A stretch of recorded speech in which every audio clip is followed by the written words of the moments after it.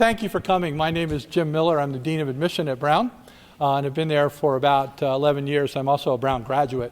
I got out of Brown several million years ago, and came back to be Dean about 10 or 11 years ago. So let me start by asking, how many of the students in the room are seniors? And how many are juniors? And how many are less than juniors? Okay. And how many of you have been to Providence? Oh, great. Okay. Good. Thank you. Well, let me start by talking a little bit about Brown, since that's why you're here tonight. Let me talk a little bit about the history of the place, because it's important to know the context in which Brown was founded. We've been at this for 250 years. Last year was our 250th anniversary, and we were reminded of that every day, about the fact that we've been around for 250 years. And so we're now in our 251st year, obviously. And Brown was founded in the colony of Rhode Island. Rhode Island was founded on the principle of religious freedom, of religious tolerance. And Brown was founded on the same principle. Brown has always been a place that's very accepting, that's very open, that's a very tolerant place. And that really has informed, the history of Rhode Island has really informed Brown since the beginning of our time. And when we were first founded, Brown was founded basically to train ministers for the New England colonies. That's what we did. So we had these enormous graduating classes of 2 and 7 and 5. So your chances of finishing in the top 10 were pretty good at that point. You could put on your resume that you were in the top 10.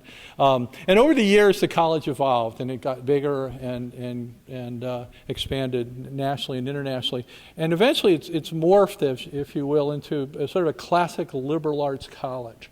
And it's an environment that's, as I said, very tolerant. It's very open, and it's a place where people come and explore things they've never explored before. When I say it's a classic liberal arts college, people get a little nervous. We have no pre-med program per se. We have no pre-law program. We have no pre-business program. But what we do have is the opportunity for students to explore lots of different areas and go lots of different directions. And our students go off and do amazing things. They go off to graduate school in enormous numbers. This is always a concern of parents. 80% of our students go off to graduate school. Last year, nearly 90% of the students who applied to medical school were admitted. The same for business, the same for law. So you have the opportunity to be part of this liberal arts curriculum, but you also have postgraduate opportunities that I think are plentiful, and all the kinds of things that you can imagine people doing. There are a couple things that really define Brown in my mind, and I just want to touch on them briefly. The first is the Brown curriculum. It is very different from virtually anything in American higher education. In fact, I've been at Brown for so long. My very first day on the Brown campus was the very first day of what we called at the time the new curriculum. It's no longer new. But it's a curriculum that, as I said, is unlike virtually anything in American higher education. And what it is an opportunity for you to explore in any direction you want to explore. We don't have any distribution requirements. We don't have any core requirements. Every course that you select is a course that you chose. It's not one that we choose for you. There are 2,000 courses to choose from. And every term you pick 4 or 5. And they are courses that you want to take. Again, it's a little scary for parents because we're not going to tell you what to take. But what we want you to do basically is follow your heart.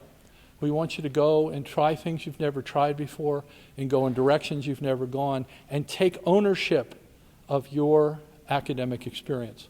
It's very important to us that you have the opportunity to take control and to own the courses you take, the curriculum that you want to study, the concentration or major you end up in. Again, it's very rare in American higher education. There are only 2 or 3 places in the country that do what we do. So it's a pretty unique opportunity. It's something that doesn't suit every student. We're looking for people in the admission process, and I'll talk about this a little bit more. We're looking for people who are sort of intellectually entrepreneurial, for lack of a better term. We want you to try new things. We want you to stub your toe. And we provide lots of opportunities for you to do that. For example, at the beginning of every semester, you have 2 weeks where you can go shopping. I don't mean for stuff, I mean for courses. So you can go from course to course for 2 weeks and take a look at the courses, see what it is you might like, look at the syllabus, hear the faculty member talk, and you bounce from course to course for almost 2 weeks, trying to figure out what courses you're going to take for that term. So again, there are no requirements, there's no distribution, so you have the opportunity to go to every course that you want to go to and decide which ones you might want to take, okay? We also allow you to take any and every course. It's up to you, satisfactory, no credit. So if you want to, you can take every single course, satisfactory, no credit, not for a grade. When I was at Brown a million years ago, we really got into it because it was the early part of the curriculum. And I have a bunch of friends who took their entire career, satisfactory, no credit. Their whole transcript is nothing but S's. It's like first grade. You know, it's like S, S, S, S, occasionally an S plus. So people really got into it. They don't do that anymore. People don't take their entire program satisfactory, no credit. But you have the opportunity to take courses that might be a little outside your comfort zone that you might want to try, and you can take them satisfactory, no credit. And if you get a C minus or better, then you get a satisfactory. I, for example, when I was an undergraduate, took an engineering course. Let me be the first to reassure you, I am not a very strong math student. You know, there's that old joke about there are 3 kinds of math people in the world, those who can count and those who can't. Well, I was one of the ones who can't. So I took this engineering course, staggered through it, eventually passed it. I don't know how I passed it. One of the hardest things I've ever done, but probably one of the most valuable things I've ever done. Took it satisfactory, no credit. It appeared as an S on my transcript. But it was fun. It was a fun thing to do. So the other thing that we want you to do is, as I said, to stub your toe. So if you fail a course, which happens sometimes, never appears on your transcript. You never took it. So it's a chance for you, again, to explore things you've never explored, to go in directions you've never gone. We also give you the opportunity to do independent studies. An enormous number of our students take independent studies. What you do is you come up with an idea of a course or a topic you want to pursue. You find a faculty member who will advise you or will sponsor it, and off you go. You get to do an independent study. We also have these things called group independent studies, where you get together 5 or 6 of your friends and you come up with a course. And you can pursue that course as a group under the sponsorship of a faculty member. These are all things designed to make you stretch your mind. Right? We're going to ask you when you apply to Brown, we're going to ask you what you want to study. But in fact, we really don't care, because 75 or 80% of you are going to change your minds. But when you get to college, it's where God invented liberal arts colleges. So you can come with an open mind, figure out what you want to do. If you know what you want to do, that's great. You know, some people say, I want to be an engineer, or I want to be a doctor, or I want to be a philosopher. And if you've known it for the time you were little, you can absolutely do that. That's wonderful. That's fine. But if you're a little unsure, that's perfect. That's fine too, because you'll find something to do. We have nearly 80 different majors or concentrations to choose from. Anything from, we call them concentrations, anything from anthropology to Egyptology to neuroscience to just an enormous range of opportunities. About 25% of our students double concentrate, so you can combine 2 different concentrations. And a fair number of our students study abroad. We have about 1/3 of our undergraduates will study abroad at some point. We have about 15 of our own programs that you can pursue, but then we have arrangements with a couple hundred others. So you can literally study. I think last spring we had students on every continent in the world doing study abroad. So if you want to go study away for a semester, you can certainly do that. You don't have to, but a fair number of people do it. So all these things are designed to help you stretch your mind. You've got 4 years, right? So really what we want you to do is use it as well as you can, use it as wisely as you can, and take full advantage of all these opportunities. And they are myriad. There are courses that you have never heard of that you will end up seeing when you get to the Brown curriculum. It's pretty remarkable. Let me tell you about 2 programs that are unique also for us that some places have them, not many. One is an 8-year medical program. We have something called the Program in Liberal Medical Education. You apply as a freshman, and if you're admitted, you're guaranteed admission to Brown Medical School, so you know you're going to be there for 8 years. Okay? You know from the time you walk in as a freshman, you don't have to take MCATs, you don't have to go through the whole medical school application process. You know the day you walk in as a freshman, you're going to spend the next 8 years at Brown, in the Brown Medical School. So you transition from the undergraduate college to the medical school. There are a few programs like this in the country, not many. and it's a great opportunity. You have to know you want to be a doctor. If you don't, that's fine.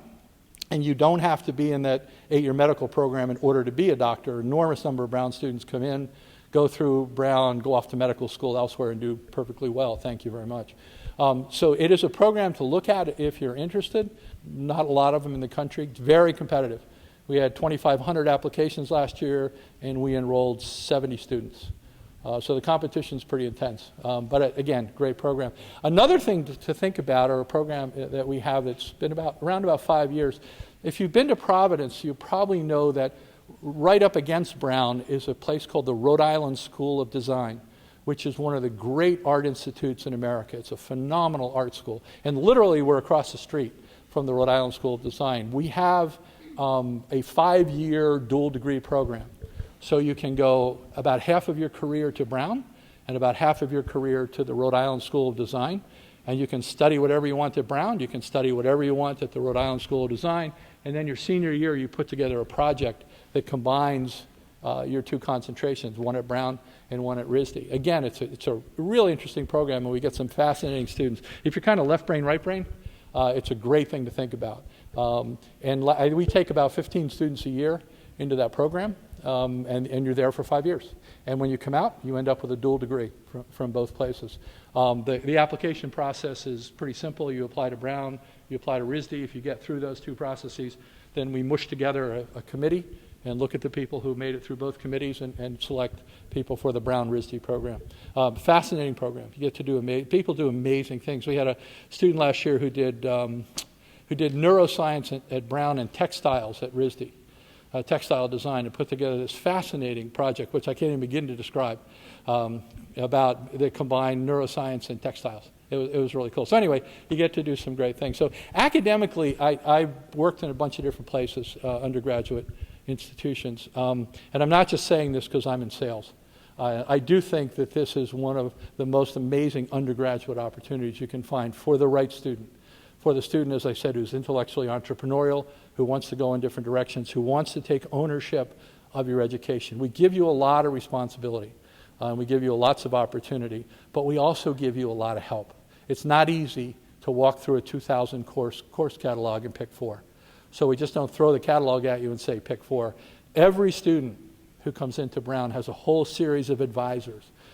Every first-year student, every freshman, has a faculty advisor, someone who keeps track. It's an alleged adult who keeps track of your progress. There is what we call a Micklejohn advisor. This is a student advisor who also keeps track of your progress. In your dormitory, you'll have 3 advisors in addition to those 2 who will help you with not only academic stuff, but sort of life stuff. But along the way, we really want to give you as much help as we can give you. We're not going to tell you what to take. We're not going to tell you what to do, but we're going to ask you why a lot. Why is this important? Why are you taking this course? Why are you heading in this direction? And in the end, you own it. We don't believe in ratings. You know, those like U.S. News and Fisk and all those. We think they're terrible unless they help us. And we're always ranked among the happiest students in America. We're always in the top 3 of the happiest students in America. And part of that reason is because students are so satisfied, so happy with the ownership of their own educations. For those of you who are parents, it's a little scary. You know, your student, your son or your daughter is going to head off and you're not quite sure what they're going to take. And I'm telling you, it works remarkably well. My roommate at Brown, I always say to him, we'd never admit him today because all he wanted to do was English courses. He's a very successful toy manufacturer, so he's fine. Don't worry about him. But he took 27 English courses. That's all he took. He took 27 English courses. So we don't want people like him. We want people who are going to go across the spectrum and take a bunch of different things. He also said to me, what I get in today. He asked me, he said the other day, he said, would I get in to Brown? And I lied, and I said yes. He wouldn't get in. Anyway, so that's the academic piece. It is central to your experience, obviously. As I said, it's very different from most anything you can find in higher education. And for the right student and the right fit, it's a phenomenal place. Let me talk a little bit about the other thing that I think defines Brown, and that's the culture. I mentioned earlier that the roots of Brown they come from the founding of Rhode Island, which is it's predicated on tolerance and inclusivity and acceptance. So there is and has always been at Brown a culture of kindness. And I don't mean there's a culture of passivity. Or these guys are pretty tough on each other. They push each other, they test each other, but in the end, they have enormous respect for each other. It's not a culture where people sit around in the main green and hold hands and sing Kumbaya. They did when I was a student. They don't do it now. But there is this culture of kindness, and people have great respect for each other and are very accepting. And so as a result, we have a community of people who are very different and come from very different backgrounds. People always ask me to describe the typical Brown student. And the answer to that is, if you've met one Brown student, you've met one Brown student. They are all very different. And the thing they have in common is this sense of commitment to education, and we hope this culture of kindness. And so you can feel it when you walk across the campus. It's not anything that we require in the admission office or anything that the faculty or the administration demands. It's just students teaching each other about this commitment to each other, this acceptance of each other. And it's very evident. If you come to the Brown campus, you'll feel it. It's there, and people talk about it. And so it's important that we continue to do it. Those of you who have anybody have siblings in college, older siblings?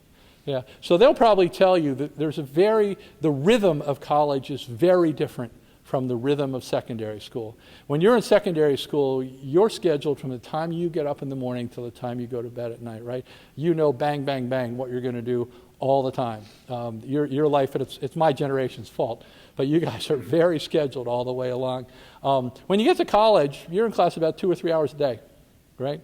So you live on campus, you eat there, you sleep there, so you get about 21 hours a day. Nobody's going to tell you what to do. All of a sudden, you've got all this freedom. And so what we want to do is bring in students who are very committed to stuff outside the classroom, okay?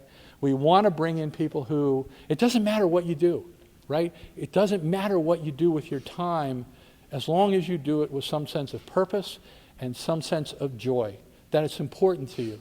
Okay, one of the things we look for, and I'll talk a little bit more about the admission process, one of the things we really look for is joy, okay? Because this generation, you guys are pretty credentialed.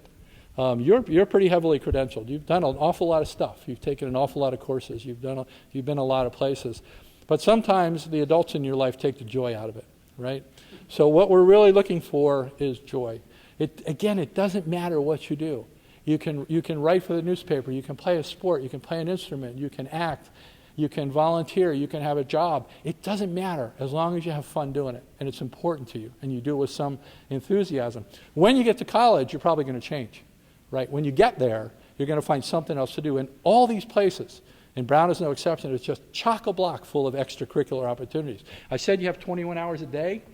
We have lots of ways for you to fill them. We have 300 or 400 extracurricular activities that you can get involved in. You don't have to. But there are all kinds of things to keep that will fulfill the sort of extracurricular energy or passion that you have. By the way, I'm sorry I used the word passion. We've banished it from our office. We're not allowed to use the word passion. But it's unfair to say to a 17-year-old, what's your passion? You guys ought to have passion for each other at this point. It's really joy that we're more worried about than passion. But there are lots of things to do. We play 38 varsity sports. We play more varsity sports than Notre Dame or the University of Southern California, or any of those big athletic places you think of. We have a bunch of newspapers, we have radio stations, television stations, enormous number of musical groups. I think we're the a cappella capital of the world. I think at last count we had 127,000 a cappella groups, as far as I can tell. Every weekend there are people singing all over campus, a cappella groups.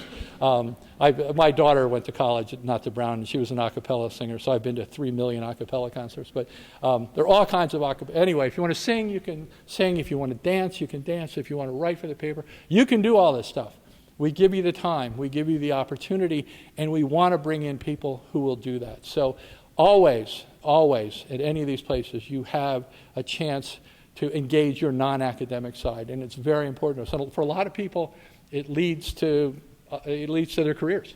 The things that they do will be outside of the classroom ends up leading to a career interest that they pursue.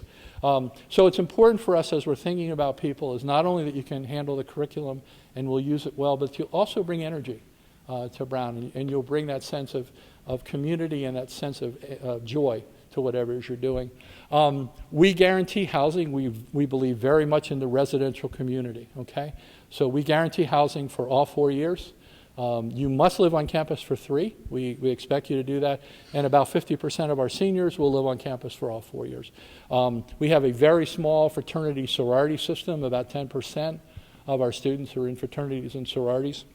And we have a number of theme houses you can live in. There are language houses. There's a tech house.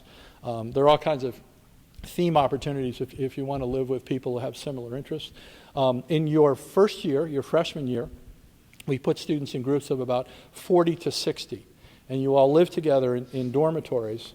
And you have, as I said, resident advisors, and you have Mickle-Johns and faculty advisors. So our hope is that you'll get to know each other pretty well. The first year class gets to bond because you all live basically in the same place. And we think that's very important, or 2 places actually on campus. We think it's important that you get a sense of the community and each other. There are a number of dining halls. There are 2 major dining halls. There are 9 smaller dining halls. We have myriad libraries and study spaces and 24-hour study spaces. And so there's lots of opportunities for the residential system to serve you very well. The dormitories are, I don't know if any of you have been in our dorms, they've all been renovated recently, or most of them. There are a few we hide that we need to work on, but we're getting there. We're gaining on it. And the athletic thing I mentioned, we play 38 varsity sports. We play a number of club sports. You don't have to play a varsity sport if you want to do athletics. There are lots of opportunities to do other things. So it's a full service experience, and we really want you to use the opportunities in the institution really well as you can. Let me talk a little bit about the admission process, because I think that's a source of great mystery to people, as you think about applying to college. And I've talked to students, and I know you think that we wear like hooded robes and sacrifice small animals and stuff. And as I say, we only do that on Friday. That's our sacrifice day. But we are a member of the Common Application group. So are you all familiar with the Common App? Okay. Common App covers about 500 schools. The core of the document is the same for every school, and then we have extra essays that we will ask you to complete. We actually read these things. I know the folklore is that we don't. I know students think we run around and hold up applications and laugh and say, "Do you believe this clown applied?" The truth is we very rarely do that. We did it once last year. He deserved it. No, we actually read these things. It takes a lot of time for you guys to go through the process. So we treat applications with dignity. We treat them with respect. We spend an awful lot of time on them. Admission officers most of the year are remarkably boring. We are locked up in our pajamas in our apartments and houses reading applications. We'll get about 30,000 applications this year. We have an entering class of about 1,600. All 30,000 applications are read twice by 2 members of the admission staff. Sometimes some are read 3 times, some are read 4 times. And we actually read them. We spend an awful lot of time on them. We go over them and over them. And then we meet in these committees for about 6 weeks. We sit around these rooms, a whole bunch of people, and we talk about you. And we talk about you and talk about you and talk about you until we think we know enough. We do that 30,000 times. We just do it over and over again. Look, I know we will never know you as well as you know yourselves or your parents know you. I won't claim that. But we will do our darndest to know everything we can about you. We walk around your application 360 degrees, okay? We look at all the pieces of it. We look at as much as we can find out about you and then make a decision about whether we think Brown would be a good match for you. The truth is that Brown is a great match for virtually all of our applicant pool. You guys are really good. So we're in this enviable position, also difficult position of trying to figure out how to put the class together. A lot of it has to do with institutional priorities, the kinds of people that Brown wants us to bring in, and it's our job to find them. So there's nothing magic about this. I know that the mythology on this, the folklore is that there's this magic set of something that will get you into a college. There isn't a magic bullet. It's that we hope the collective wisdom of a whole bunch of people sitting around a room talking to each other. A whole bunch of people with a lot of experience. I think I've read 600,000 applications in my life. So I spend a lot of time on them. We spend a lot of time talking about them, trying to understand you. Let me talk a little bit about the various pieces of the application, because they're also a source of great mythology. The first thing that we pay attention to is your high school transcript, right? Your secondary school transcript. We look to see a couple things. One is that you've done well, because most of our students have done well. We also look to see that you've taken advantage of the opportunities you have in your school. There are 36,000 high schools in America. There are 36,000 different curricula. Every high school sets its own curriculum. So what we try to do is to figure out, have you taken advantage of the opportunities you have? And they vary dramatically from student to student, from high school to high school. So we just want to see, given what you have, what have you done with it? You do not have to take every AP course or honors course or IB course in the curriculum. But if you think you're interested in science, we prefer that you push yourself in the sciences. If you think you want to do humanities, we'd like to see you push yourself in humanities. You don't have to do every single top course. You will be dead. That's also part of the mythology, is that we go around and we count AP courses, or we don't. We're really trying to see that you've taken advantage. I went to a high school, for example, where about 15% of my class went to college, I think, maybe 12. And my guidance counselor was our driver ed teacher, by the way. So he really taught us to parallel park and got us into college. And I remember walking by him in the hallway one day, and I said, did you ever hear of Brown University? And he looked over his shoulder at me, he said, it's in Europe. And I said, I think it's Providence, Rhode Island. He goes, same difference. What difference does it make? So he was not taking potato salad to the Mensa picnic, that guy. But it was, we do look to see that you've taken advantage of what you have. The high school I went to had no AP courses. The town I grew up in, AP was a grocery store chain. I don't know if any of you knew that, right? So I got to Brown and people say, oh, we had 4 APs. And I say, wow, we only had 1. You guys have a really big town. So no APs anyway. So every high school is different. So we look and see what you've done. That's the first thing we look at, right? So we look to see if your record, right? Your record should either be on the rise or it should be steady at the top. The kiss of death in any college admission process is a declining record. If you do really well in 9, 10 and then start to slack off in 11 or slide off in 11, 12. So we are probably more forgiving than you think we are of early stumbles. But if you're hitting your stride in 11, 12, you're fine. So we do look at the trajectory, we look at the rigor, we look at a bunch of things. So that's the most important thing we look at. Then we look at stuff like standardized tests, right? I know these things drive you guys crazy, standardized tests. I will never convince you that they're not as important to us as you think we are, and I'll never convince myself of that. But we do look at your standardized tests, and a couple things to think about. We take you on your best day. So if you have a higher critical reading score the first time you take it, and a higher math score the second time, those are the 2 scores we put together when we look at you. ACTs we don't super score. I won't bore you with why, but whatever your best score is, that's the one we look at, right? And I know you drive yourself crazy, and there's a lot of folklore about this. There's a whole study of testing called psychometrics. And psychometrically, I know people take SATs or tests a lot, right? Your score probably isn't going to change from the second time to the third time. From the first to the second, it can change because you're familiar with the test. Second to the third, there's very little change. Third to the fourth, there's none. Fourth to the fifth. You might as well stay in bed on Saturday morning after the second time, or maybe the third time. We had a student last year who took them 12 times. Took the SAT 12 times. Her score never changed by more than 10 points.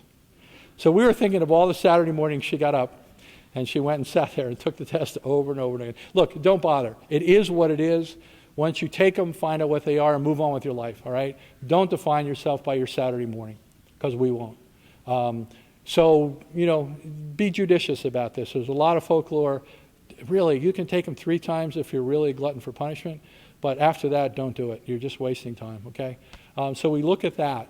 They help us at the top end and the bottom end. In the middle, they don't predict much, but they help us at the top and the bottom, so we look there. We also are going to get teacher recommendations from you, okay? We're going to get 2 teacher recommendations. They can be any subject you want. A couple of points. You probably want to get teachers who know you well, who are later in your career rather than earlier. 7th grade geography isn't going to move us, okay? Your driver ed teacher, much as you might like her or him, not going to move us. So get academic subjects later in your career. Ask them early in the process. And and those of you who are seniors, if you haven't done this yet, send the people you've asked to write recommendations a very nice thank you note. And there are 2 reasons to do that. One is it's good manners, and the other is they won't have written it yet, and you will guilt them into doing it right away. It works really well, okay? It works for me every time. When somebody sends me a thank you note for a recommendation I haven't written, I just feel really guilty. I write it right away. So anyway, do that. We'll also get a counselor recommendation from you, and the counselors know they have to do. That's part of the process. You'll also be interviewed, right? If you apply to Brown, we have a number of alumni and alumni interviewers around the world. Virtually all 30,000 people who apply are interviewed by a Brown graduate. There are several here in the audience, and I'll ask them to identify themselves at the end.